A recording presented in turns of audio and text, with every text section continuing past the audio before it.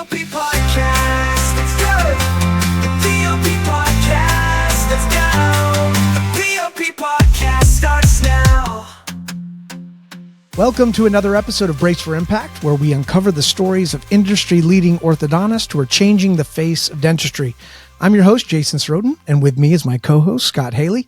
Today, we're thrilled to have Dr. Andrew Sarpotdar, the co-founder of Icon Orthodontics. He's going to join us today and tell us about his incredible journey, talk about his what he's doing in technology and his practice, and learn all about that. Dr. Andrew Sarpotdar is the co-founder of Icon Orthodontics, a practice known for using cutting-edge technology to create stunning smiles in the Glendale area. Nice to meet you, Dr. Sarpotdar. How are you? It's great to be here, Jason. Thanks for having me. Andy, thanks for coming on our podcast. It's good to see you. Of course. Good to see you as always, Scott. Hey, let's start by jumping in. How did you get into dentistry? Did it start as a kid? Was your dad an orthodontist? Where did it begin? No, unfortunately, I am not one of those guys who went to his first dental appointment and just said, this is what I need to do. For me, it was more of a gradual process. I was actually more of an English guy. I like to write, like to read a lot. So we always thought I was going to become an English professor, maybe a lawyer. Went to college with that in mind. I thought I started majoring in business management, thinking I'd go into corporate law.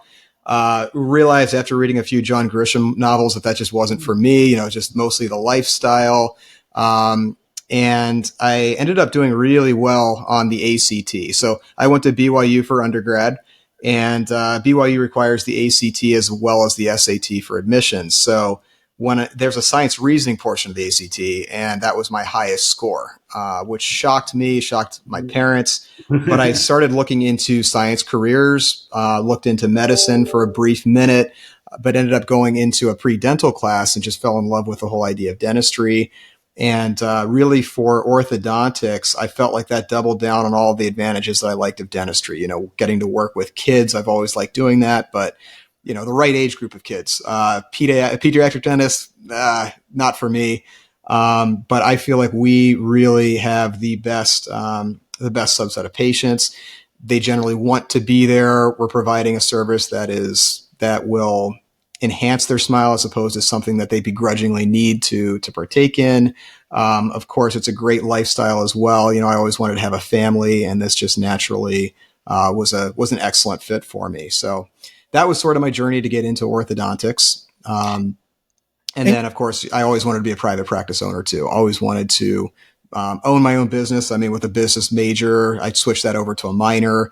Always very interested in being my own boss. Very good. Where did run us through? Where did you go to dental school? Where did you do your residency, and how did you end up in Arizona?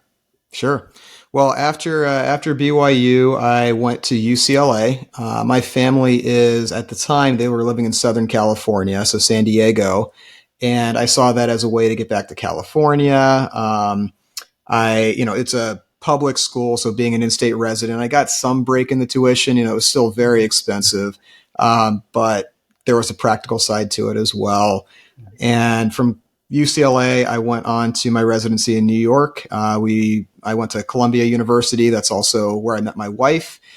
So I was an orthodontic resident. I believe it was like second year. She was rotating through the clinic as a pre-ortho student.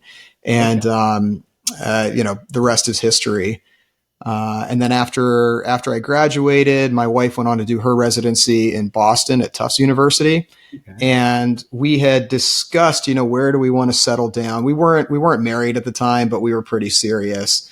And Phoenix was one of the top cities on our list. Her family is from here. So that was sort of the final nail, so to speak. So I decided it's a very competitive market in Phoenix. I just wanted to hit the ground running. I knew it was going to take a little longer to start up in a place like this. So I didn't want to waste any time. We did cross-country long distance for 2 years while she was in residency, which was tough. And then in that final year that we were doing long distance, I was also doing a startup practice here, our first one in Surprise, Arizona. So you went right. This is great because I have an opportunity to talk to residents all the time. So you're telling me you went right from residency to, you were that resident that went and did a startup right out of school. So not right away. I had to get my feet on the ground first. So that's a good one. I went worked as an associate for a while. So for Pacific Dental Services, which is a corporation out here. I think they're pretty much nationwide at this point. Yeah. But they were very big in Arizona. So I started out working for them, and I always knew that I wanted to own my own practice, and I had spent some time looking for practices for sale. In fact, before I came out here, I'd even shopped a couple of practices that were for sale. But what I recognized is that a lot of the practices out here, they weren't doing very well. They were shrinking or dying practices, and it was more of someone trying to escape that than, say, retire or move on to something better. So it just, nothing really materialized for me that I felt was a good investment. So I gave myself a deadline and said, if I haven't figured something out by the end of a year, I just have to jump in and do a startup. It wasn't my first choice, but I knew that I did not want to be one of the ones that sits around forever just waiting for that perfect opportunity, and then 10 years go by and you're still an associate. So gave myself a deadline, and then I just jumped in with both feet after that. That's true. And did that become Icon or that is Icon? Yeah. That is. Okay. I have to ask a question there, because I'm sure there's a lot of people who are like, wow, that takes a lot of guts. What were the things that you were worried about when you were jumping into it? And then how did you push those worries aside to persevere? Man, I will admit that I am, and I was a worrier. So there was a lot going through my head. Of course, I'm considering, if this doesn't work out, I have doubled down. I'm already in so much debt. I've basically doubled my debt going into this thing. If it doesn't work, I'm going to be spending the rest of my life working as an associate, paying half my income to paying back all these loans. So that was top of mind. When we first opened, early 2015, we had one patient exam and one patient start that first month. And wow. That was the friend of one of my only employee at that time, a part-time assistant. And I remember sitting there thinking, what happens when she runs out of friends? It was really challenging to make a dent there. I couldn't get past the dentist's front desk. There was a lot of worrying that first year. I'd say the first few years.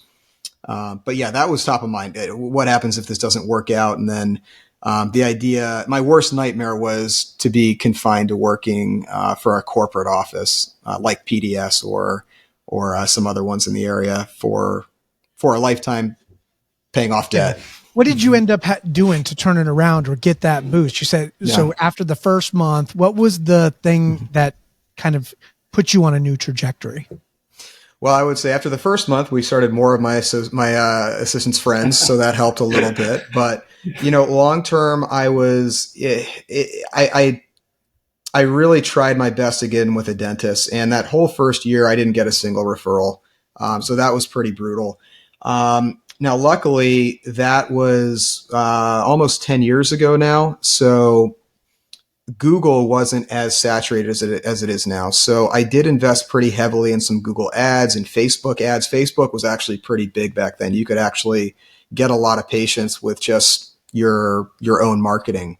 So I put a lot into that. I learned how to market on Facebook. I used some SEO companies to increase our listing.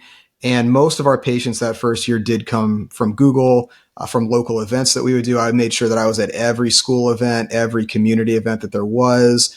And there's not a whole lot of ROI there, but I just recognize you got to get out there and get your face in front of people. And then things just start to snowball. And then eventually, I picked up some referral sources, and that's really where it started to take off. I'm sure in retrospect, you could probably look at this really clearly, but what was the thing that you think you might have been able to do differently to secure referrals with those docs? Yeah. Was there something challenging with the approach? Yeah. So, it's interesting. I just spoke about this at AAO, and my friend Sheldon Salins, he's a pretty well-known doc in orthodontics. I was, confiding in him, and he told me, look, they want to meet you, just not right now. Which was such a frustrating thing for me to hear. It's like, well, I need patients right now. I need money right now.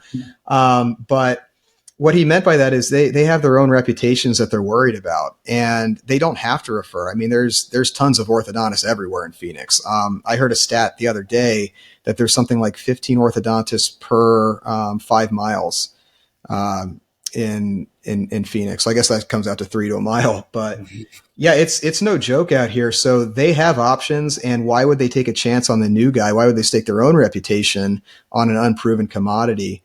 So that is challenging. I'm not sure there's anything I necessarily could have done different after I was already in that space.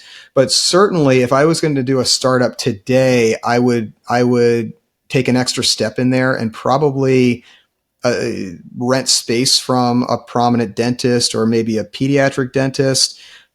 Because even if they're not directly incentivized to refer to you that way, there is sort of an understanding there. Not only that, you keep your overhead way down. I mean, I remember those first few years, rent was my biggest expense, which is just crazy. I mean, no one thinks about rent being so big, but it was taking up, 20% of my revenue. So yeah, that's what I would do differently if I was to do it over again. But having stuck my flag in the ground and just going for it, I think you have to be persistent, but not annoying. I think that you have to recognize that even if you're not getting direct referrals from someone, you do share a lot of mutual patients just naturally. And a lot of times those patients are their first impression of you. And if they see over and over again that your patients are happy and they see that you're doing good work, then it's only a matter of time before they're like, this guy's actually pretty good. And I want to hitch my wagon to his. And I think that's the winning strategy as far as referrals go.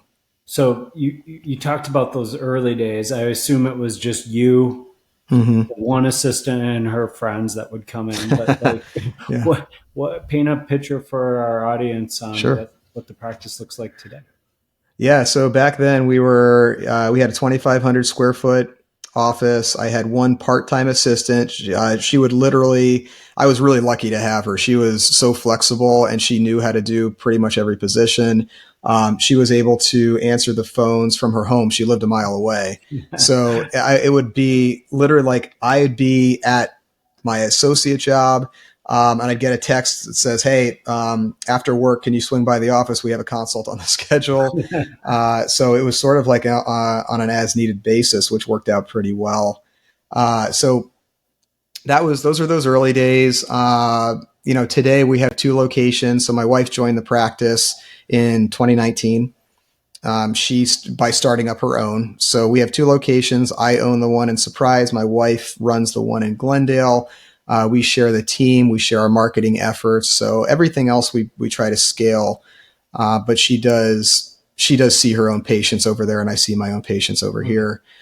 Staff wise, I think we're at about 10 now. It kind of fluctuates between 9 to 12, depending on where we're at. Right now we're a little bit on the short staff side. So we are trying to find some clinical assistants, which we found is just very, very challenging. Right. But yeah, that's where we're at. That's impressive. This is when did you know it was time to cut the cord with the associate job? Yeah. And, and is that a tough decision for a lot of orthodontists? I think it definitely is. That's your lifeline. That's, you're not making a ton of money, especially in a startup. And in a lot of cases, you're losing money. So not only do you have to pay for your own expenses and your student loans, but you have to cover the expenses on this practice as well. So yeah, in my situation, it was a little unique. So in Phoenix, there's not a lot of full-time associate positions, especially with a corporate practice, which is where most of the orthodontics seems to be done, at least for associate positions. So I had at my peak, I think 5 or 6 offices around the city that I was working at, just couple days a month, 5 days a month here or there. So for me, I was able to compartmentalize a little bit and start gradually pulling back. So I just started by dropping my 2-day-a-month office, which was also the lowest performer. And then just gradually that company that I was leaving was my least favorite of the bunch.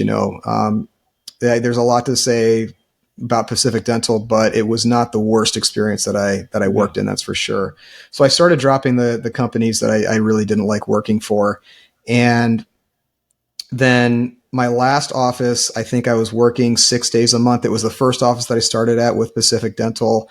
I knew that was going to be the hardest one, hardest one to leave. But it was actually about 4 years into my practice where I finally cut that final cord. But I was lucky enough to get it down to like a day a week, which was not bad, especially since we were not open every day in Icon. Okay. So Andy, I want to thank you for being a valued member of our group, P.O.P.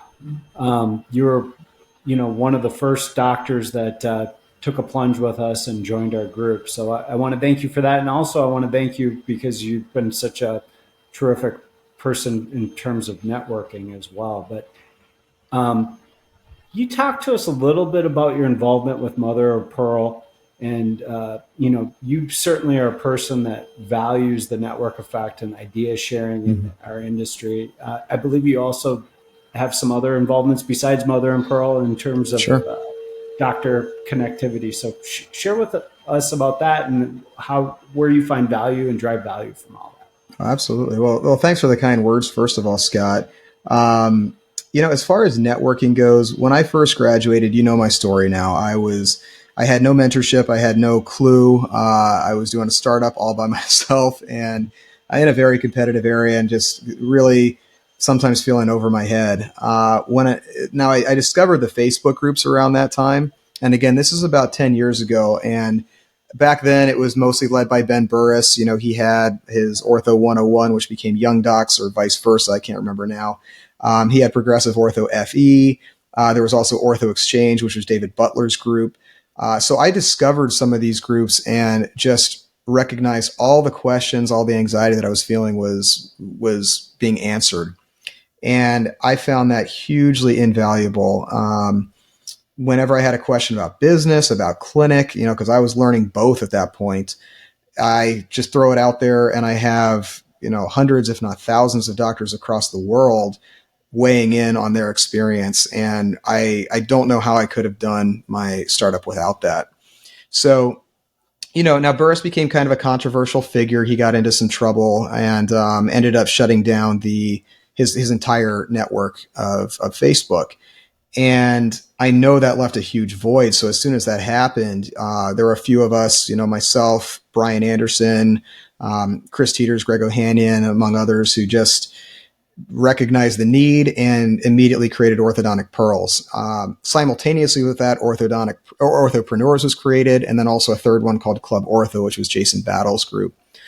So we kind of all started up together and really grew this thing under slightly different niches. So our thing was always orthodontists only.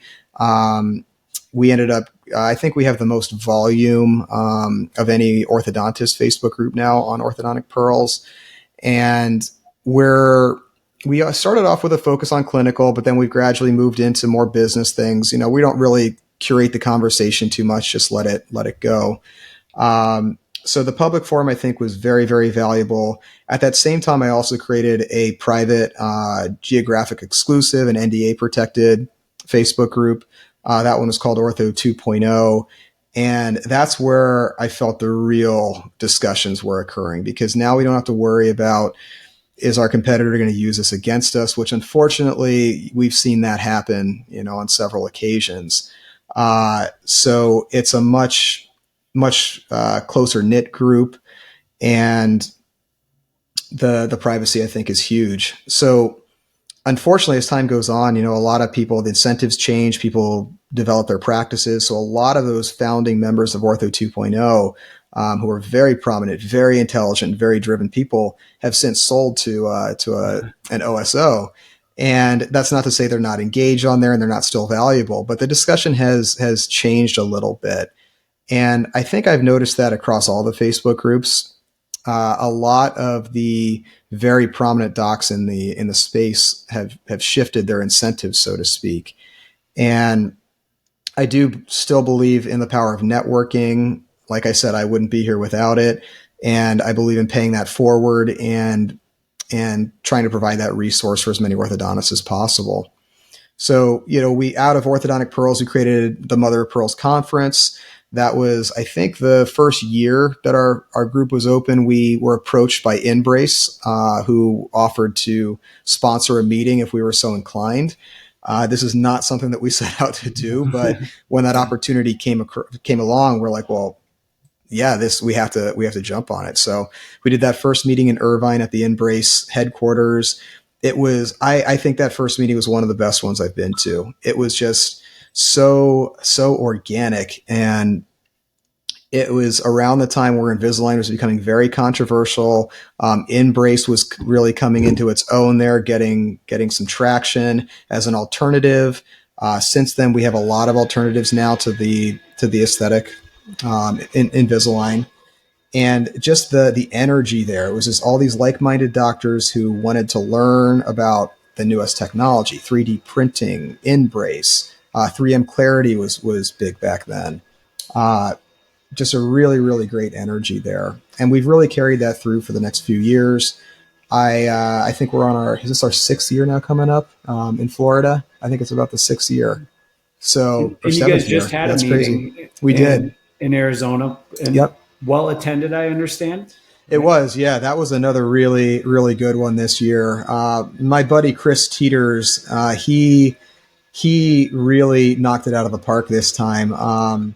He's always been such a workhorse, but this time his partner Brian Anderson had an injury that prevented him from being boots on the ground at the meeting. And it was at the same time that Chris's wife was in Africa. She had this deal that she couldn't pass up, so she went out to Africa. He has all of his kids with him, and he's running a meeting by himself while also doing our first podcast at that meeting. He really blew it out of the park. But not only that, he has this party at his house, at his own home, where he got this huge stage on his pickleball court where we did the relapse band, and I got to do the Bite Straight Boys thing. Had some good sponsors out there. Neon Canvas was a sponsor. It was really a well-attended event, and I think everyone had a great time. A lot of energy going into 2025 for our Port Canaveral meeting. That's very cool. Very cool. Yeah. Well, you brought up a couple of interesting things that we could segue into, but let's talk a little bit about, because it is such a hot topic. I mean, I'm a orthodontic podcast junkie, so I'm excited to get into the Orthodontic Pearls podcast as we go here. But a hot topic for a lot of orthodontists is the DSO or not DSO, right? Yeah. Or the OSOs in our case. So, I think, I'd love to hear some of your opinions and thoughts on it. I think you're a great example of what can be done, right? Mm-hmm. And our group too, which is we're a network of private practice orthodontic practices. So why don't you share your thoughts on that? I mean, there's been a lot of discussion and debate about it recently, so love to hear it from your vantage point. Yeah, of course. Well, I wear my heart on my sleeve, so I'm always very honest about these things. Having said that, I'll start by saying I have a lot of close friends and colleagues who I respect a lot who have made the decision to sell to an OSO. And I think for them, it was actually the right decision for many of them. I also know several who made the decision maybe for the wrong reasons and regret it, and either have wanted to buy their practice back or are just waiting for their work back to run out so they can go start something else. My opinion hasn't changed very much on this. I do think that there are good reasons to sell to an OSO, and then there's really bad reasons to sell to an OSO. I'm a believer that at the end of the day, our first loyalty is to our family. And if, you have to do what's best for your family first. So having said that, I think that a lot of my impression is that there's a lot of FOMO, or there has especially been a lot of FOMO the past few years around OSO sales or ownership. And I think that is absolutely the wrong reason to sell. FOMO is never a good idea to jump into anything. And I say this as someone who has been beholden to that early on in my career. In some ways, I still feel it, but fear is just never a good motivator. So some of the good reasons I think would be if you're ready to retire. and you find an OSO that you really trust with your practice, with your patients, and you truly believe that's the best thing for your community, for your family going forward. I think that one of the reasons people sell, and one of the reasons I've kicked the tires personally, has a lot to do with our current employment situation, as well as marketing. I would say if there are two things that I could get completely off of my plate to make myself happy in my private practice, it would be those two things: is this constant turnover, which seems to be getting worse. I think everyone's feeling it. But certainly these past few years, just constantly trying to replenish a shifting pool of employees is just exhausting. So if I could get that off my plate, that would be awesome. And then of course, marketing, not always wondering where your next patient's going to come from. Is my referral source going to start doing ortho in-house?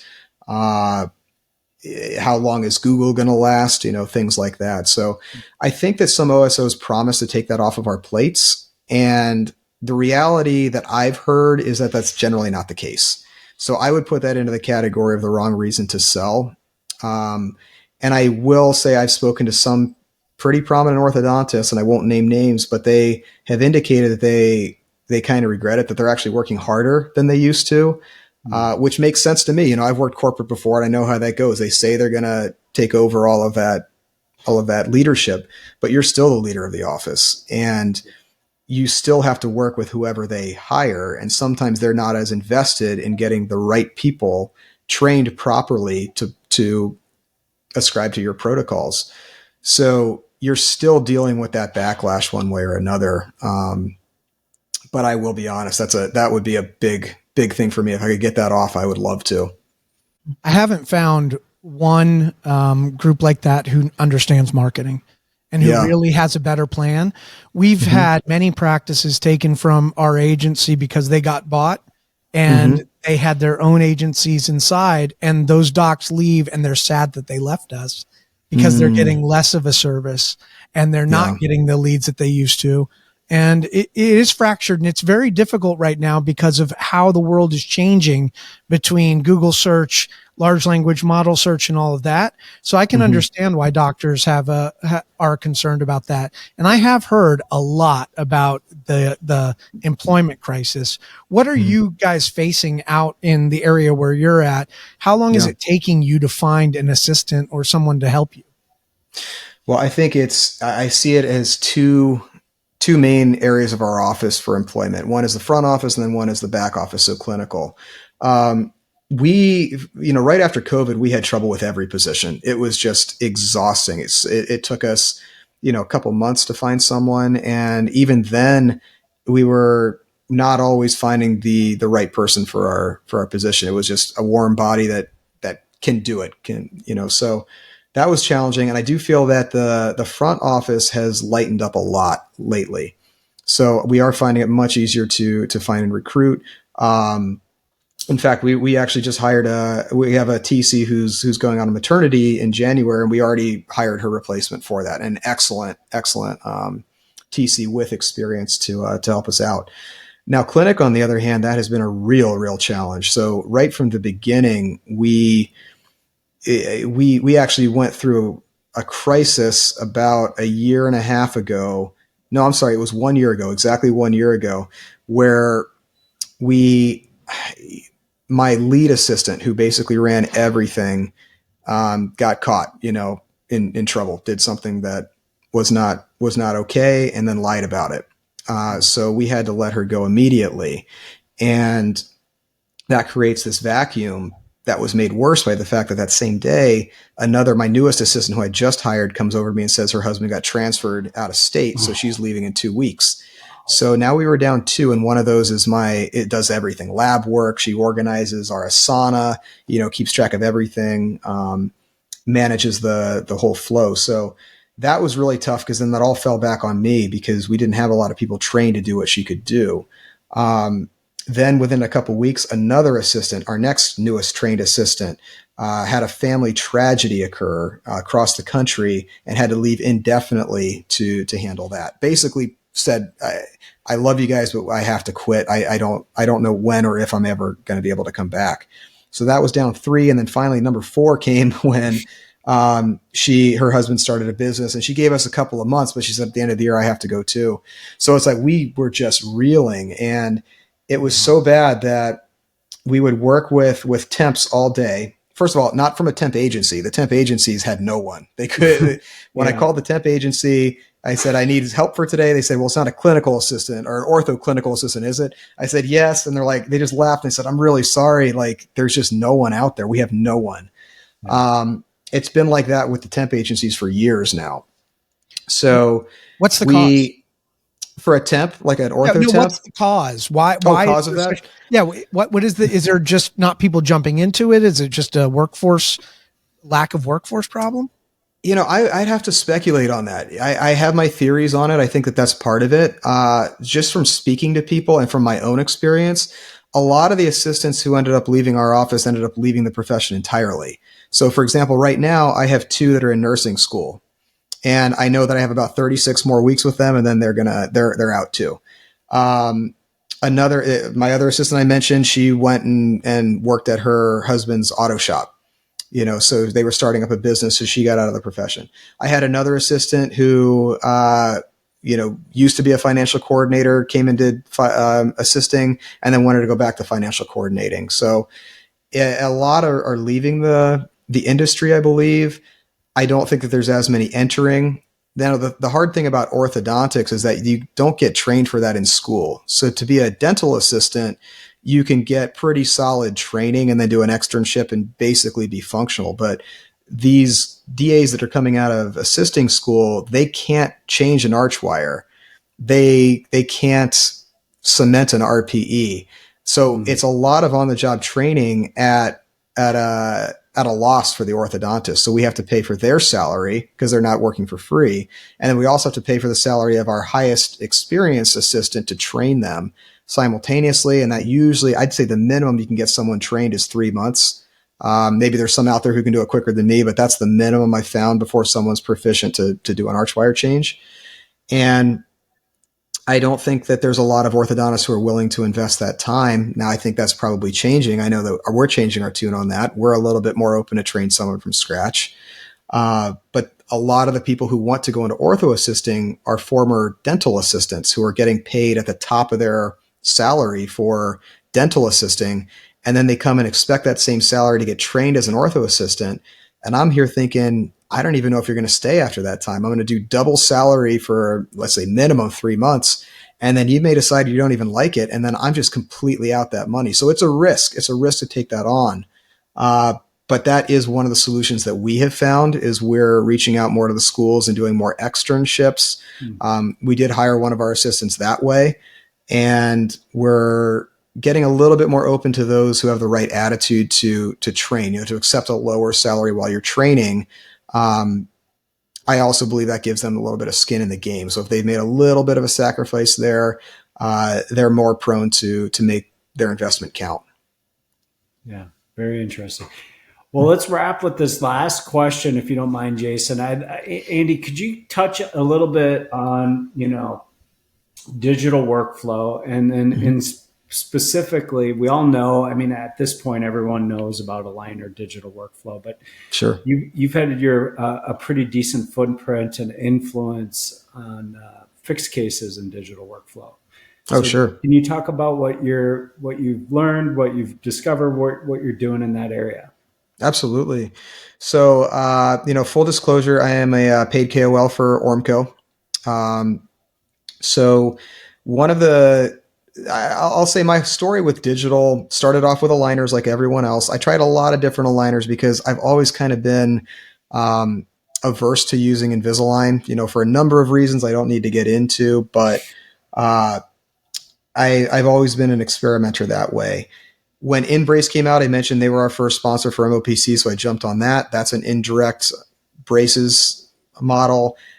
That was probably my first foray into indirect bonding with braces. And, I'll be honest, InBrace, we don't do that much of it anymore. It wasn't a huge practice builder for us. I think it's a great product, just wasn't right for our market. But my assistants loved how easy it was to put on braces. They loved that they didn't have to wait for me, because that was the most inefficient part of our clinic, is waiting for the doctor. And out here, we still have to position our own braces by hand. So it's a bottleneck. So when Ormco came out with their ODB, their Ormco Direct Bonding feature, which is available for the Ultima system now, which we were already using, I jumped on that immediately. I was very excited to remove myself from the clinic as much as possible. I wanted to streamline things and reduce my need for orthodontic staff. So I like this digital workflow. It's very easy for anyone to learn it quickly. And I'm really excited about the potential to integrate braces with aligner treatment. So a hybrid treatment of sorts. One of the things that I do, and that I know a lot of other orthodontists are starting to get into, with various products, by the way, is start off the case with braces, do your expansion, do your leveling and aligning, all the really difficult movements, the big movements quickly. And then once you get to that pan and repo stage, you should be, pretty close to that finish line. Just switch them into aligners, and that's less chair time. But for that to work efficiently, you have to have some sort of scaling with that lab fee. So no one's going to do 2 lab fees, do an indirect bond and then a separate company for an aligner, which is where I think Ormco is very well set up to navigate that. So if we could have one package where we do, our Ultima braces to start off with, get those big movements, and then switch them into like an on-demand model where we're paying by aligner, I think that could really, it would be less than some of the other offerings out there price-wise, while also capturing the efficiencies of both systems in one. Yeah. So where we're at with it right now, we're still doing mostly Ultima indirect bonding. We still do some Spark aligners. But where I want to go with it is that hybrid system. And I think that's where things are really going to start to take off. Well, and then ultimately, not pardon the pun, is that you would, you do it because it should save on, it's creating clinical efficiency. But, Absolutely. you also should be, these challenges in the office with staff, it should, you should be able to do more cases with less employees. I mean, that's the idea, right? Exactly right. Exactly. That's very cool. Want to thank Dr. Andrew Sarpotdar for being on the show today. If you want to go check him out, make sure you go to iconbraces.com. They're located in Glendale and Surprise, Arizona. Make sure you check him out. It's been really great talking to you, Doctor. Great stuff. Scott, want to thank you as always. If you want to learn more about what P.O.P is doing, go to pop-ortho.com. Anything you want to say on that, Scott? No, we got a cool, I think Andy's a good testament to this. We got a cool group of doctors in the group. And, if you're a private practice orthodontist, and what we're looking to do is that, tackle some of these things or some of the business advantages that an OSO or a DSO would have, but for a network of private practices. And, that's our mission and our goal, without you having to sell your practice and lose your independence. So I love that. Go check them out at pop-ortho.com. And if you're having issues with your marketing, like Dr. Andy was talking about, make sure you look us up at brainbitescreative.com. You can schedule a free assessment. It's worth about $5,000. It'll tell you where you stand everywhere online. I want to thank everybody for listening. We will see you next time. P.O.P. Podcast.